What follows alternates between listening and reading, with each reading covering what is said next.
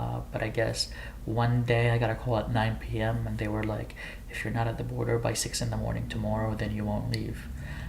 So it was fun saying goodbye to everyone I know between 9 p.m. and 6 a.m. in the morning while packing at the same time. So it was a nice tour around Gaza at 2 a.m. in the morning, waking up my friends to say goodbye to them and my family and stuff like that. Um, so yeah, it was tough. And then what should have been a 2 hour ride between Gaza till the West Bank became a 7 hour ride because of checkpoints and stuff like that. So that wasn't nice at all. Still a bit traumatized from that. Um, so I guess, but it was worth it. I came into the US for 10 months and then I went back home. And by the end of my year there, I put in mind that I want to come back here for college to the United States. I didn't want to go to Ohio because I'm like, okay, I'm done with the Midwest. There really isn't much to see more than 10 months. So I wanted to try a new place. So I thought of like the East Coast. And here I am. So, why did you want to come back for higher education? Because I was interested in studying political science. Before coming to America the first time, I was interested in neurosurgery. And seeing how politics worked here and how people are oblivious about what happens in Israel Palestine made me some kind of a young activist at the time, telling people about Israel and Palestine, and through that I developed an interest in political science and diplomacy and specifically. So when I thought of where would I like to study political science, I was like, well, if I don't like how the U.S. is oblivious about Palestine and Israel, then that's where I want to go. I want to study there, learn more about the misconceptions and stuff like that to hopefully, like, I guess, fight them later in life. Something like that.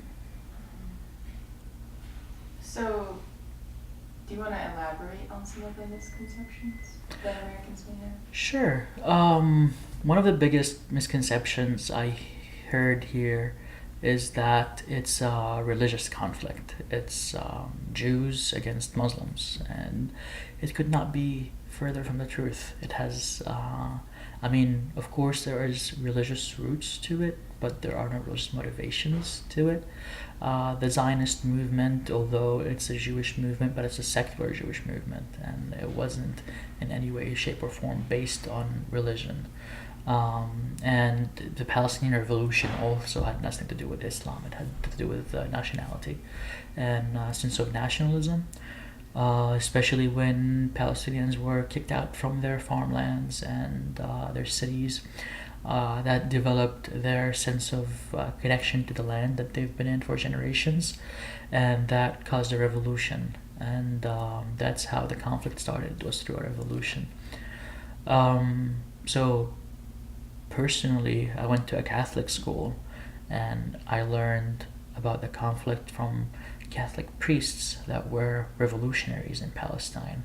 They were not Muslim, they were not trying to please Muslims. It was just like, if you're Palestinian, no matter what religion you are, you're going to be fighting for Palestine. And there has been multiple families in the wars in 1948 that were Jewish and have been fighting for the Palestinian side. Even today in the US, some of the biggest Jewish organizations are pro-Palestinian. It has nothing to do with really the religion. So that's one of the biggest misconceptions. Another is that the Holy Lands didn't have people living in it when Israel was created.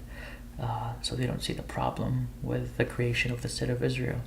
However, there were a lot of people living at the time there, and had to be displaced for the state of Israel to be created. So Palestinian revolution is just a reaction to them being kicked out. It's not, as some people believe, that the Arabs somehow created this fake identity of a people and a whole history that goes for more than 3,000 years of people that lived there just to not let Jews live in the area, which is kind of like an interesting suggestion to make when there were a lot of Jews back then living in Arab countries. So it's kind of interesting. So when you So I guess I'll kind of. So when you meet someone who has a misconception Mm-hmm. about this place that you're from, Yeah. how do you have a conversation with I personally enjoy conversations like that because it helps me learn and understand where our public relations went wrong, I guess, or like how are these misconceptions built and created here. So the way I go about it is that I just let people first tell me what they think, and then I start asking more specific questions about, well, what did you mean by that, or where did you hear that, and something like that. And then I start showing them a different aspect of it. Um, One of my conversations that I had started with a person asking me the name of my high school back home.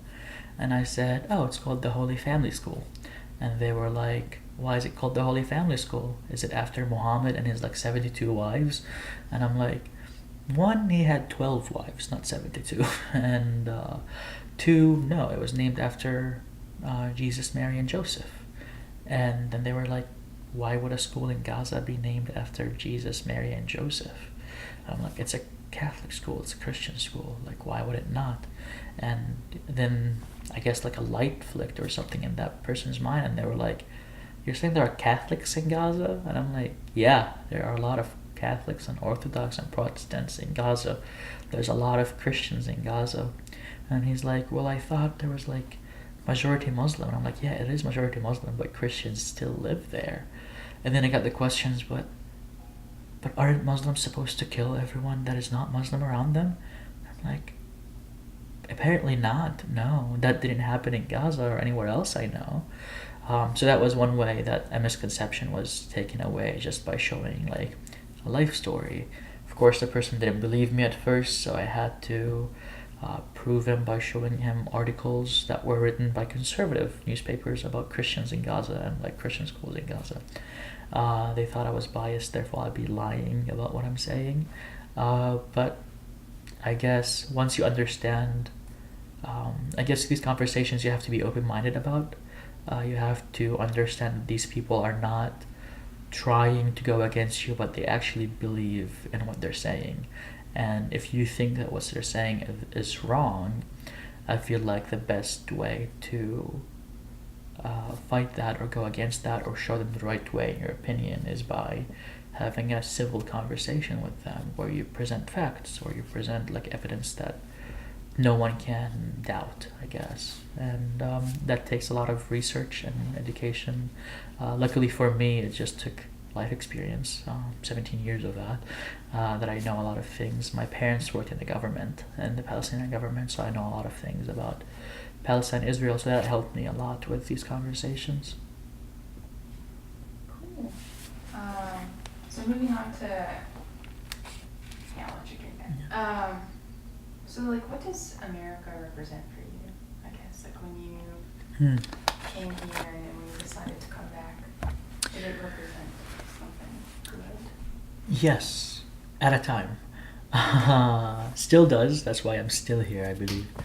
But my first time that I actually thought I want to go to the States was when President Barack Obama got elected. Oh, goodbye. There we go. I just like shove it in. Yeah. Shimmy it. It'll probably fall again, but that's okay. Okay. So it's like two up. Yeah. It's like in the frame. I'm also gonna lift it to the smallest amount.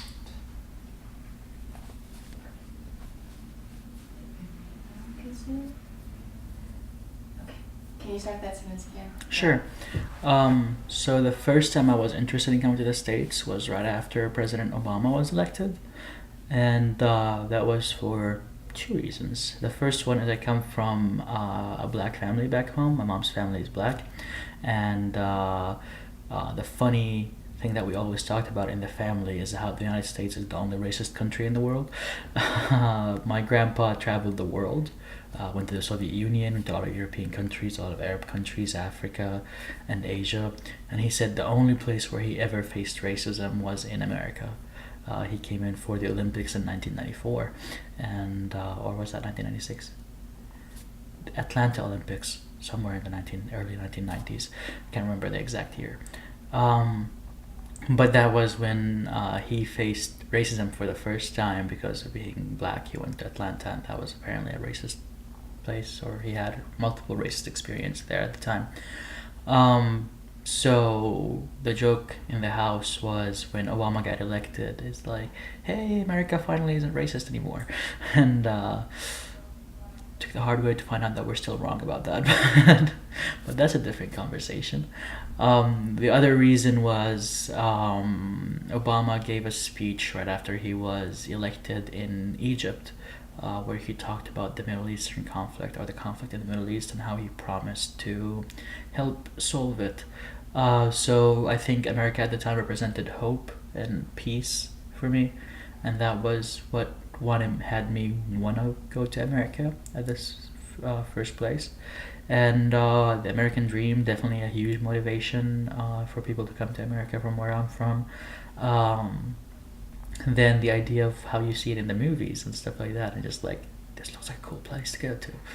Right? And then when I came, I found out that I might have drawn too good of a picture of America before I came here. I was disappointed with a lot of things that I should have expected, I guess, because they're also in the movies.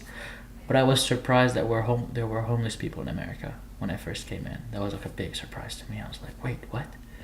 But it's supposed to be America. What do you mean there are homeless people here? And then I was surprised with how, although Americans enjoy freedom of speech, they feel very restricted on what they can say in public, fearing people's reactions. So I was surprised that for a country that has a freedom of speech, people are not understanding what it means, or how amazing it is, and how it should be used, and how they should have discussions about things rather than just ending discussions because you disagree with someone on something.